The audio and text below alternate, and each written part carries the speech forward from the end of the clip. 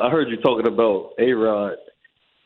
I wanted to know if you saw Reggie Jackson's remarks and how you felt about that. Like, I mean, the broadcast seemed to stop when he started speaking. Oh, and I actually heard it last night, saw it, Silas. So Reggie Jackson was part of, the entire night. Ken Griffey Jr. was there. You had A-Rod, Jeter, Big Papi. I mean, you had a wonderful, Willie Mays' son was there. This was in Birmingham, Alabama. And Reggie was asked about kind of, emotional memories here. And coming back here, Reggie had played there, and Reggie had this to say. Coming back here is not easy. The racism that I played here, when I played here, the difficulty of going through different places where we traveled. Fortunately, I had a manager and I had players on the team that helped me get through it. But I wouldn't wish it on anybody. People said to me today, I spoke, and they said, you think you're a better person, you think you won when you played here in Concord. I said, I would never want to do it again.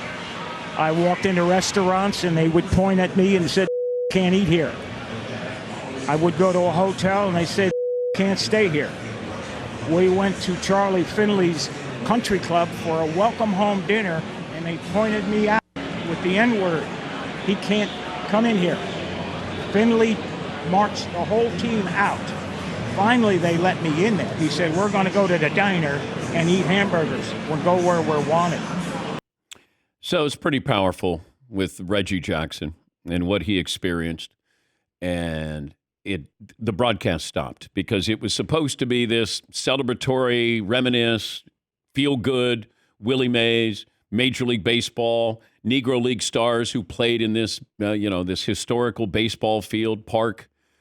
And then Reggie just hits pause and he throws in reality. I thought it was awesome. It stays with you, obviously. I mean, that's PTSD.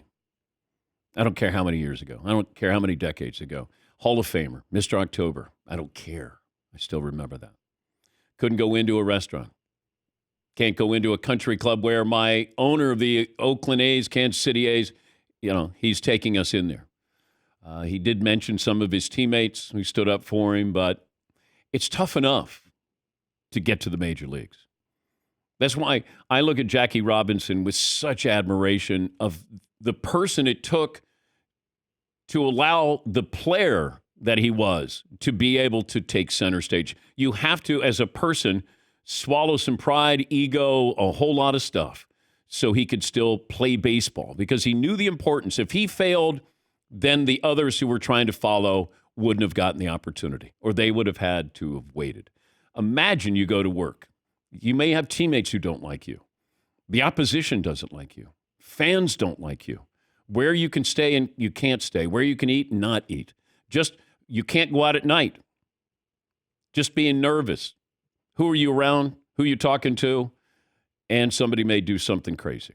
But, I applaud Reggie because it wasn't pleasant going back there. He doesn't have fond memories. He would never wish that on anybody. Just getting to the major leagues is so difficult. The degree of difficulty for the African-American ball players, and some never even got the opportunity. But when you look at Jackie Robinson, what he did, when he did it, how he did it, and everything that was in front of him, and to me, he's the greatest athlete in history because baseball was his fourth best sport. But he became a Hall of Famer, broke the color barrier, and opened the door for, black baseball players to get that opportunity.